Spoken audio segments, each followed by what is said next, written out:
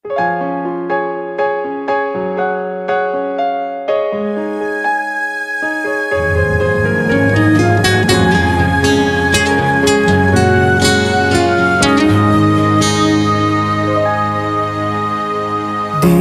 ko alam ang nararamdaman nang mawala ka at ako'y nag-iisa.